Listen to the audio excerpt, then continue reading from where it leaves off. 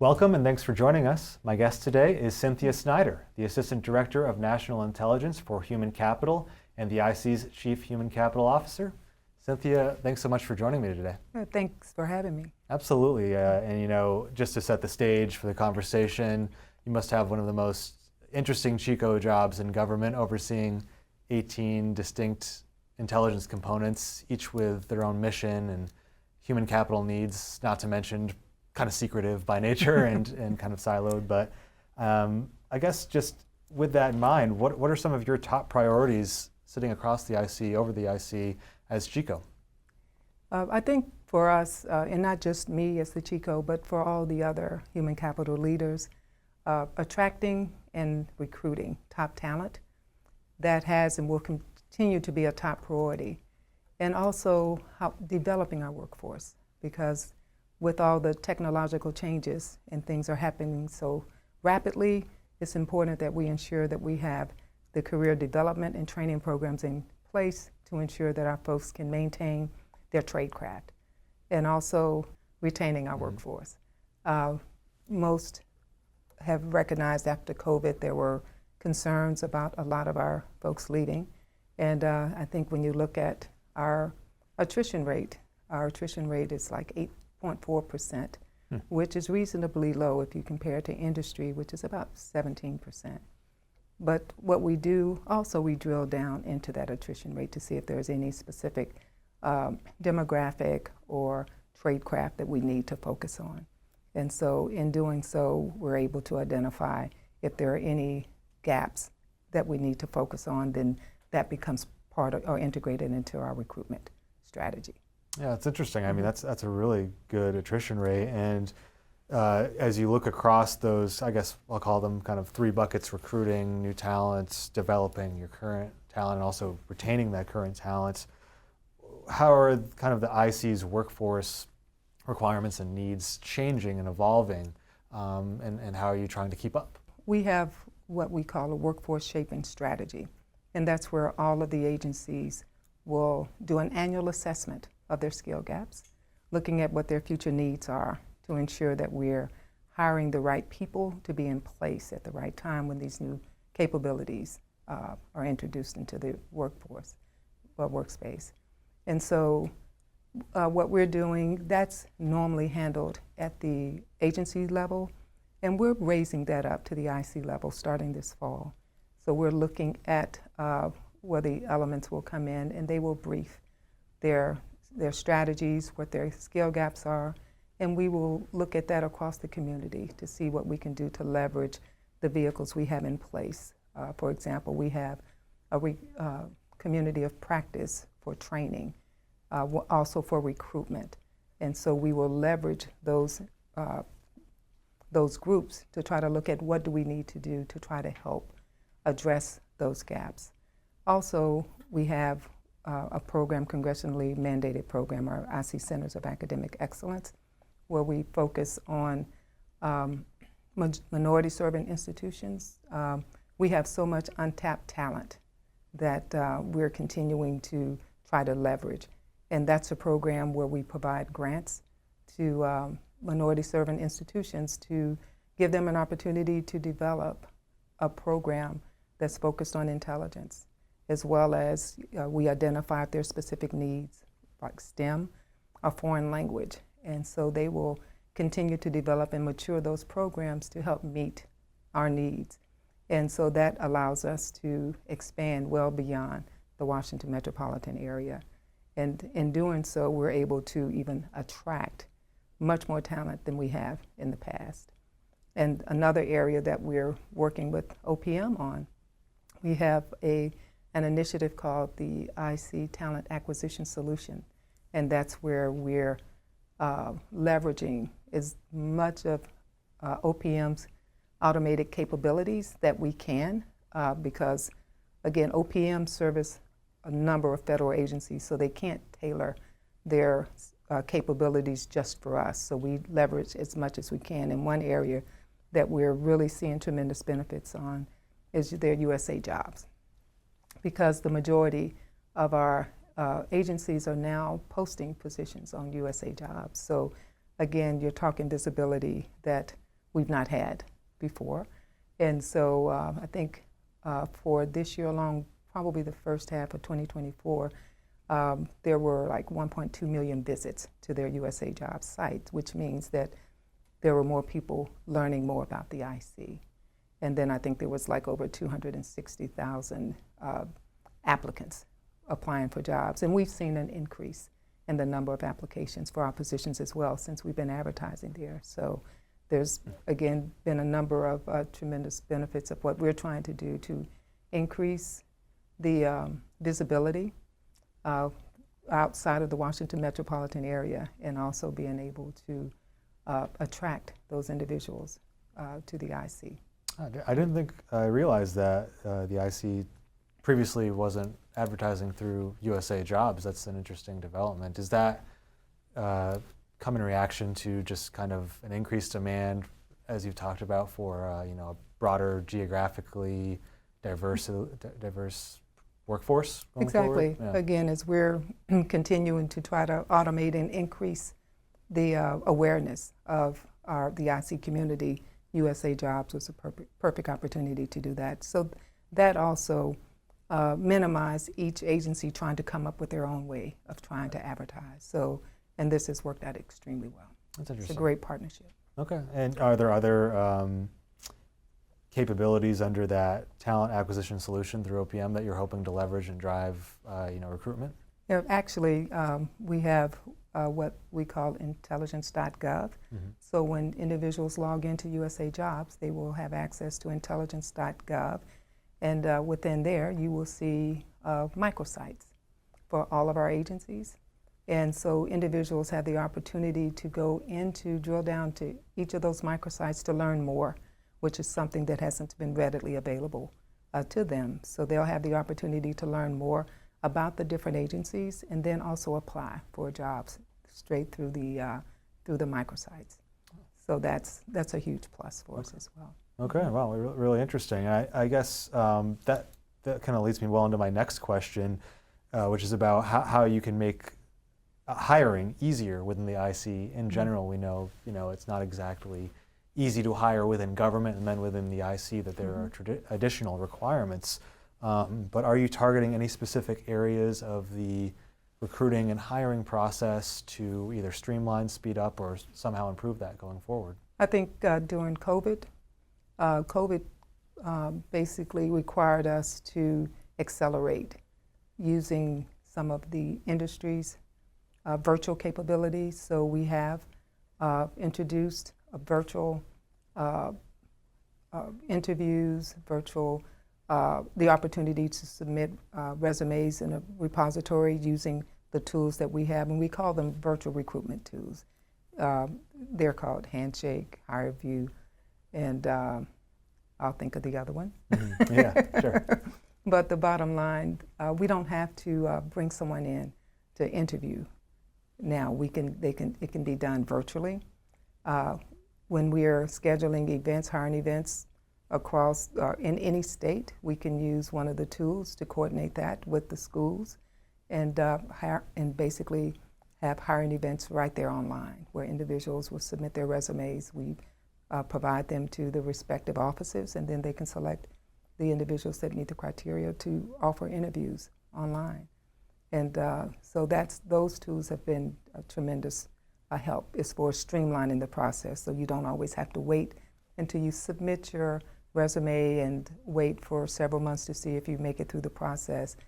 We've been able to use those tools also to help expedite the process. Yeah, and I think that before COVID, that might have been almost unheard of, right, within Correct. the IC, is to do Exactly. something like that virtually. Exactly. Wow.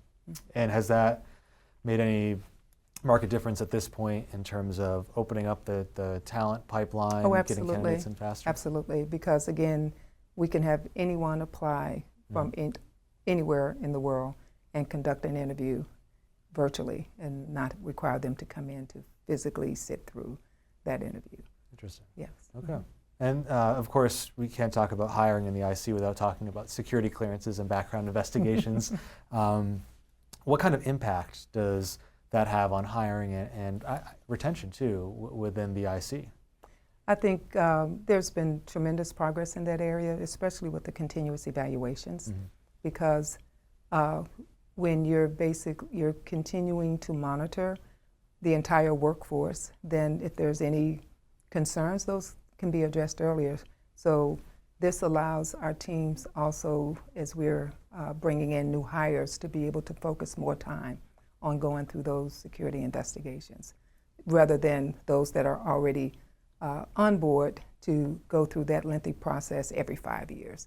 So the continuous evaluations basically eliminates those every 5 years updates. And so again, that allows more time to address those that are coming in, to spend more time trying to expedite the security clearance process for our new hires. Interesting. Yeah, that makes a lot of sense. And I mean, there's this whole of government trusted workforce 2.0 initiative to really bring personnel vetting up to speed into the 21st century.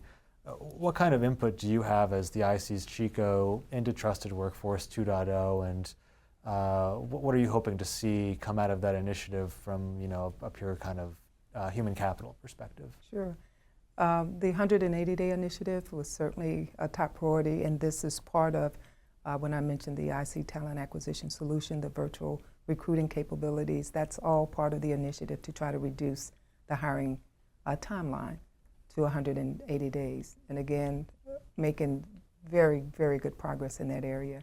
And also from that, we're also looking at how do we integrate the security, medical, suitability into that end-to-end progress. So that'll be the next phase that we're working towards. But the main thing was just trying to get as many of the agencies leveraging as much as the automated capability that OPM has provided, as well as several have modernized some of their own systems using some of the latest new human capital systems that are that industry uses. So, and then also they're starting to automate a lot of their processes as well. So that the Trusted Workforce focused on the automation that's basically preparing to take us to the next level with AI, ML. How do we introduce AI, ML into our business operations? And this is where the data becomes so important from that perspective.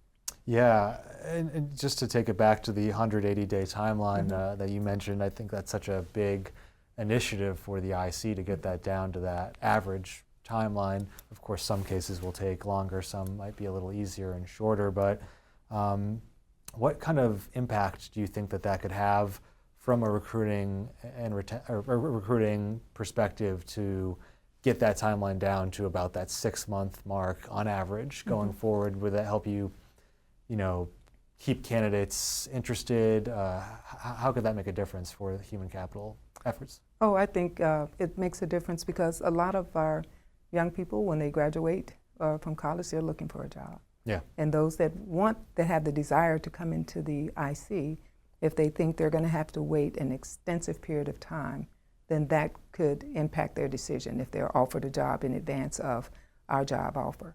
So just the fact that being able to reduce the timeline to the point that it's manageable for many, that they're willing to wait for that. And also, too, we do have intern programs that also helps to expedite bringing our talent in. So not everyone that's applying are applying strictly from external per se. We do have those intern programs as well to help strengthen and expedite our onboarding process. And also too with the 180-day initiatives, I think that's helped to dispel a lot of the concerns regarding the security process, because there may be folks that will automatically decide they're not going to apply because of misperceptions of the security process. So we're able to help educate the workforce or potential employees as far as what the security process entails. Like easy misperception is, if I have a parent that was born in a foreign country, then I can't apply. That's not true. If you're a U.S. citizen, you can't apply. So little things like that makes a huge difference. Yeah, how demystifying that security clearance process and the overall hiring process for the IC, how How important is that for your recruiting efforts, and what are some of the top, you mentioned one, but what are some other myths that you might want to dispel or clear up? Sure. If I have a family member that's been in trouble, will that impact me? No. If you're not in trouble, it's okay. Can I have we'll say, a Facebook or TikTok following of over 5,000 people? Will that impact me? Well, as long as you're not talking about overthrowing the government, you Right. should be fine. So just things like that, and it's all out of genuine concern because they don't know. Because when people think about the intelligence community, they view it as very secretive, and so there may be many more constraints that they would find with us than they could with other agencies. And so those type misconceptions, dispelling those helps tremendously. Yeah, that's interesting. You mentioned the social media example because I imagine for the younger generations that's a huge concern. And this integrated system for human capital security and medical suitability, that seems like a pretty significant back end development. I know we talked about that last time we spoke last year. What needs to happen for that to come together going forward? Okay, there's a few things. First, not every vendor has a system that does that, because that's a capability that's unique to the IC. But so there are vendors that can develop a capability that would be the bridge, and they would work with each of the elements independently because their systems are unique for them. So they would have to build a capability that would be adaptable to that system. But another area that we're looking at also is, let's look at data. How can we ingest the data? So ingesting that data and making it accessible would also be a way to help expedite the processing of the information as well. So either a separate system, which elements can decide if they want to do that, to have something that's adaptable to their existing human capital system, or we're working with our CDO team to look at how can we look at interoperability and using data to help do that. So as a matter of fact, we're going to be standing up a working group this fall to look at how we can do that. And so that would also help expedite the process as far as being able to make that information accessible to us more expeditiously. And is the idea that this would help hiring managers kind of understand the whole process, where a candidate might be at in the process, or would you be able to tell the candidate, hey, we're still working through this aspect of your medical suitability or something? What's the intention? Yeah, the end-to-end is intended that everyone will know where each applicant is in every phase of the process. And so having some type of applicant flow, a notification to security, to human capital, and possibly to the individual, if we have it on the low side, where they will know where they are in the process. But that information we found that to be very helpful for all of us to ensure that if there's a situation where an individual is calling, asking where they are in the process, then that's not a good thing. So the desire is to try to make sure that everyone, after a certain point, you get a notification that something is awaiting you or it's in your queue.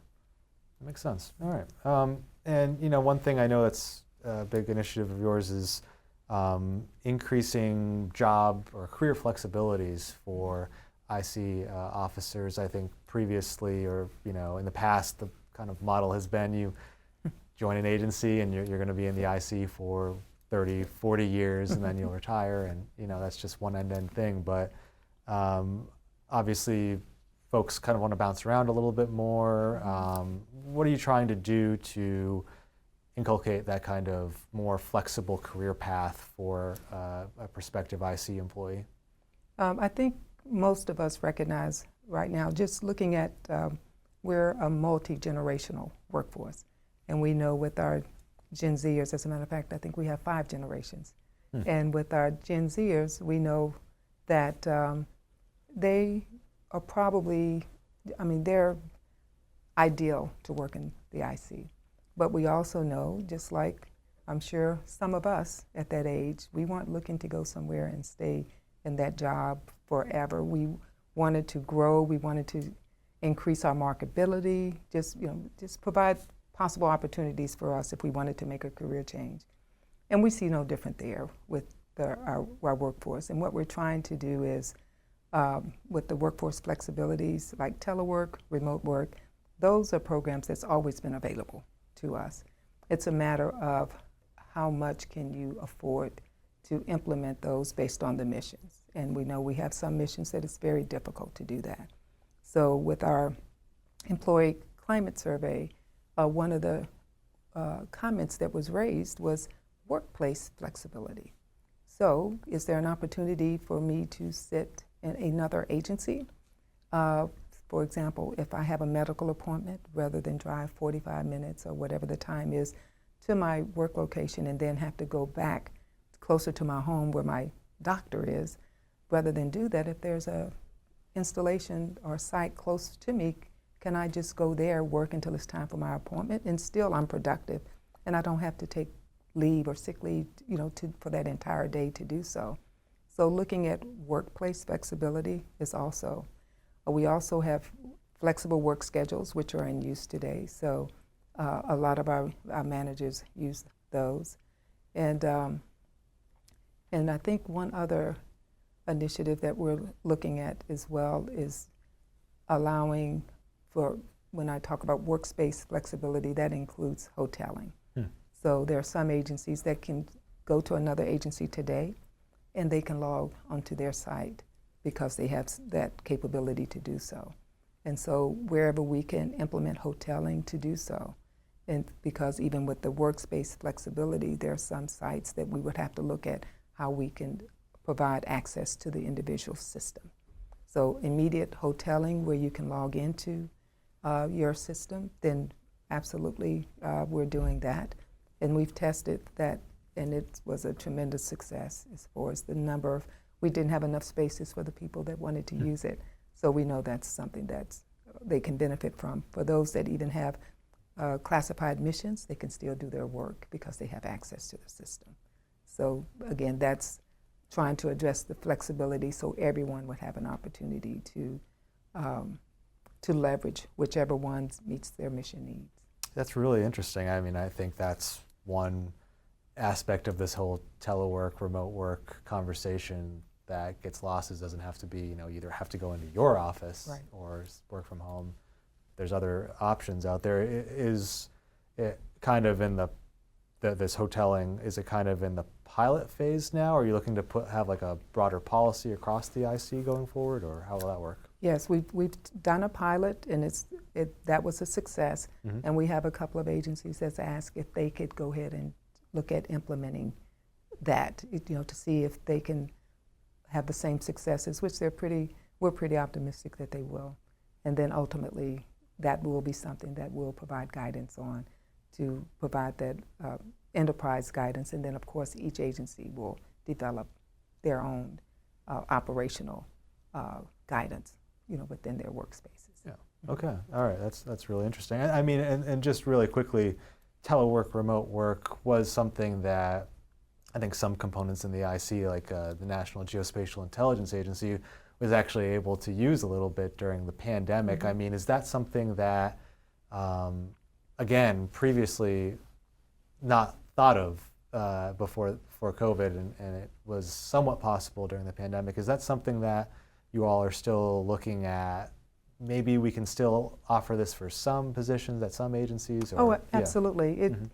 Actually, that telework, remote work has always been available. Mm-hmm. It just wasn't exercised to the extent until COVID. So when COVID was introduced, then all the agencies were looking for ways to how can we continue to operate. And some of them, and for NGA specifically, one of the initiatives they were working was being able to shift capabilities to the unclassified system to help expand the opportunities to telework or remote work. And so they were probably a little farther along than some of the others during that time, which is why they were able to have the impact they did with a lot of the training, which they opened up to other agencies to use as well. So, and today, a number of the agencies are also doing the same thing. So it was something that was already in the works. It was just accelerated for some. Yeah, that's interesting. If you can determine, hey, this aspect of your job is unclassified, and then maybe you can determine this whole job could be unclassified, then that eliminates the need for security clearance down the line, and that starts to get into other human capital processes. And what we found, we haven't found a situation where every job is it can be done in an unclassified environment. So primarily the training. Okay. That's something that everyone can do in an unclassified environment. There are some classified training that you still have to come in and do.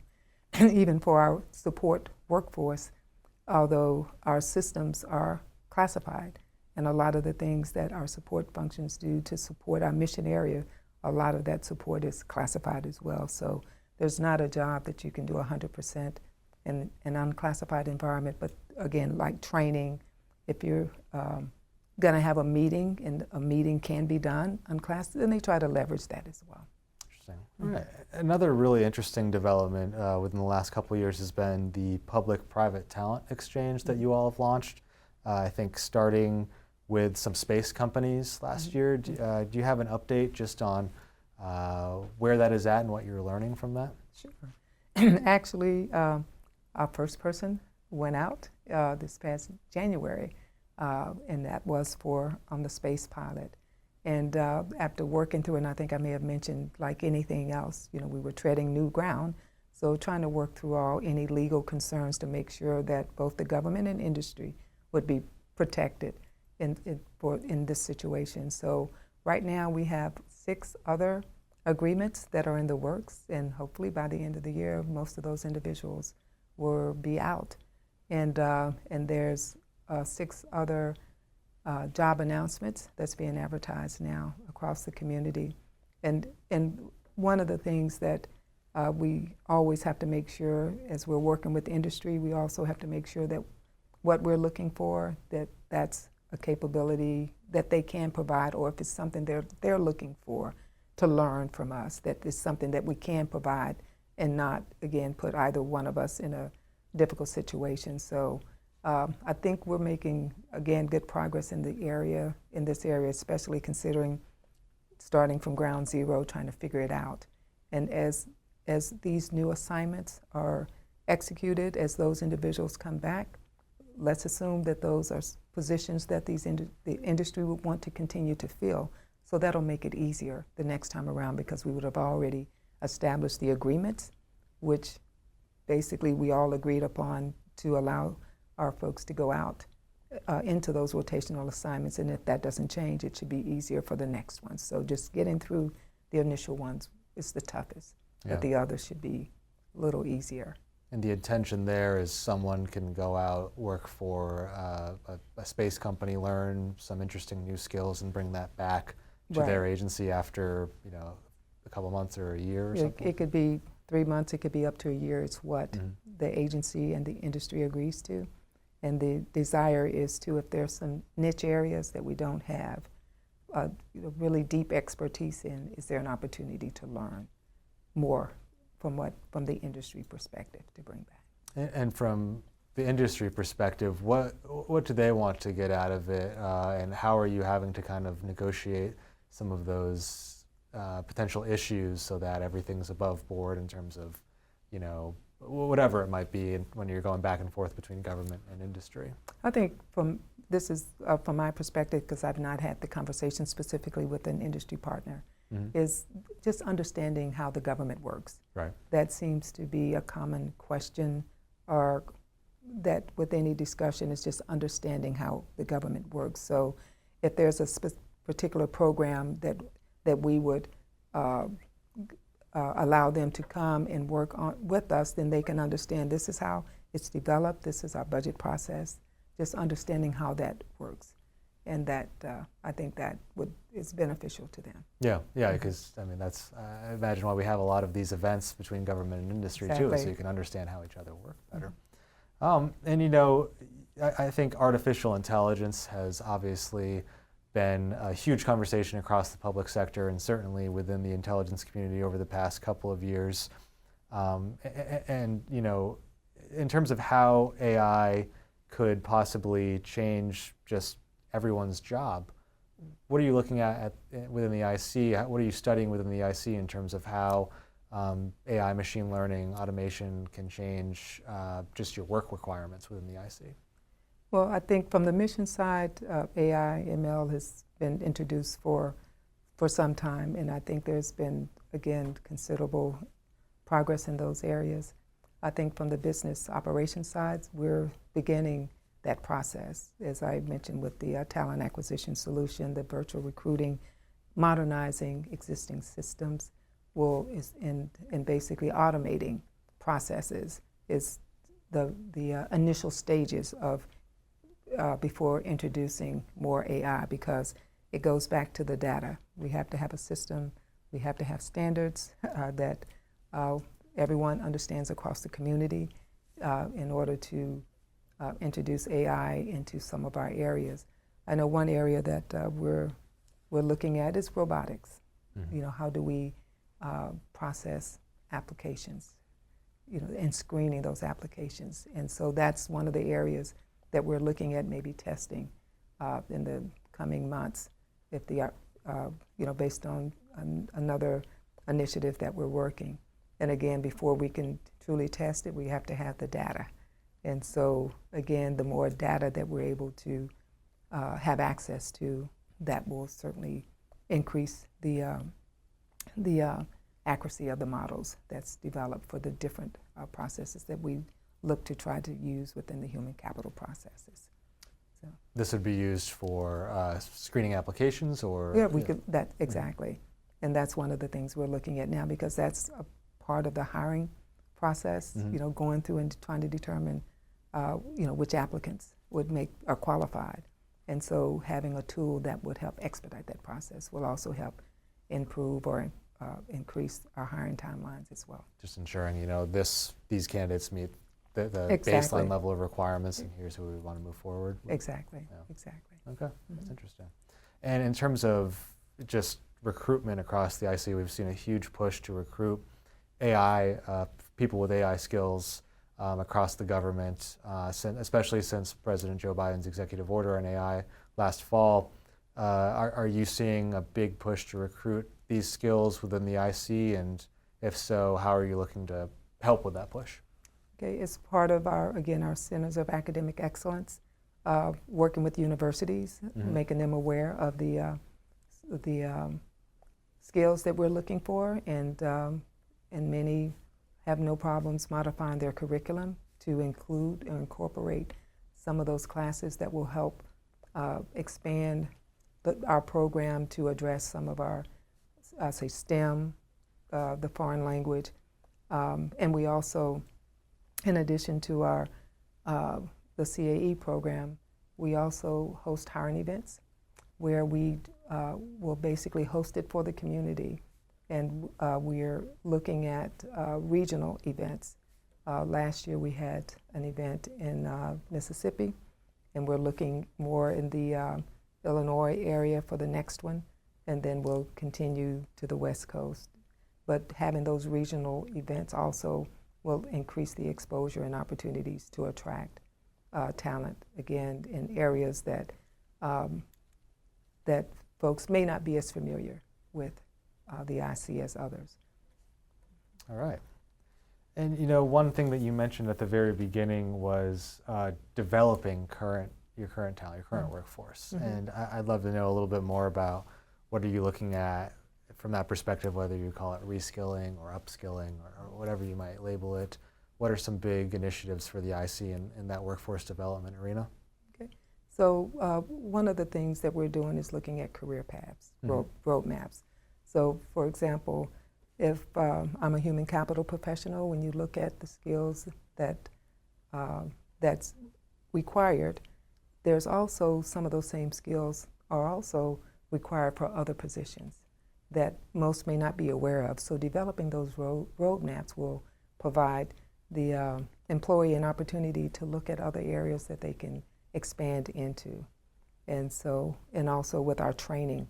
So we do competitive call. So as the elements or agencies identify their skill gaps, then what they do as part of their competitive call, they identify these are the areas that we want to send folks out to expand their education in some of these areas. Some, and that's where it could be upskilling, because I may have some of the foundational, I need a refresher. And then reskilling, meaning I'm changing my entire career. I want to do this other area. So providing the education opportunities is a huge plus for the workforce to try to ensure that we're staying ahead, if you will, of the skill needs, being able to identify them in advance. Either we hire, we train, or we reskill. I'm sure that helps with retention too, because as someone starts to think about, well, where is my career going? Exactly. If they can't see a path in the IC, then they might look elsewhere. And that's why even our joint duty program is Yeah. very attractive, because if you want to go to another agency to learn about that agency, then you can do that on a rotational assignment, as well as broadening your skills. And and that's also a huge plus, because we're not losing them. Even if they decide they want to go work in another IC agency, they're still within the community. So we're still able to leverage their skills and expertise no matter where they go. Interesting. You also mentioned at the beginning this the workforce shaping strategy and the skills gap assessments that are going to be elevated up to the IC level this fall. You just want to talk a little bit more about what that's going to look like and what you're hoping to do with that going forward from OD&I's perspective? Sure. As I said, this is something that the agencies do annually as they're developing their recruitment strategies. And so when we ask, from looking at it holistically, for us, it will enable us to see what are those common gaps across the community to make sure that we are doing everything we can to help address them. And we have some situations where, and I will use, say, some of our smaller elements. So they may have a skill gap, but they may not have enough FTEs to hire. Then maybe we work with them on some rotational assignments to help provide that expertise for them for a period of time.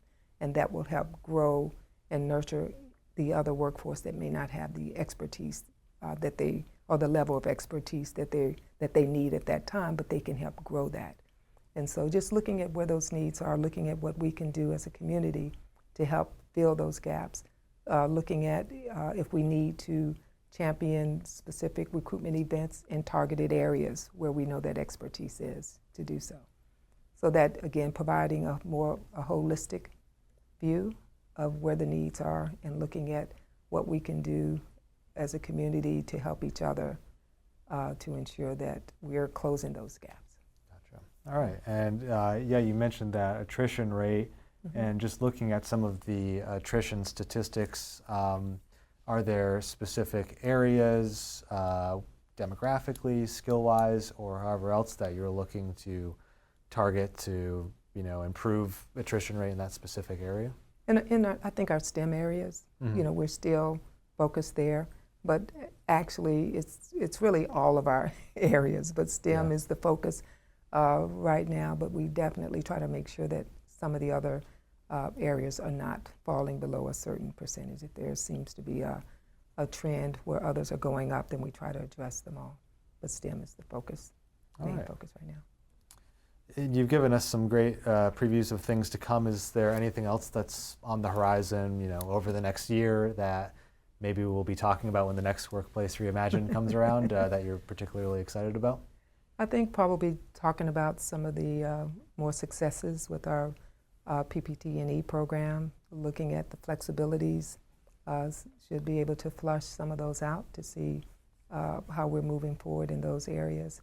And of course, addressing our skill gaps with this new initiative that we're going to be introducing this fall, just looking at how we're doing collectively to make sure that we're trying to reduce those gaps going forward. All right. Well, again, Cynthia Snyder is the Assistant Director of National Intelligence for Human Capital and the IC's Chief Human Capital Officer. Thank you so much for taking the time. Thank you for having me. All right. I'm reporter Justin Doubleday, and you're watching Federal News Network. Now let me send you back to the studio for more on Workplace Reimagined.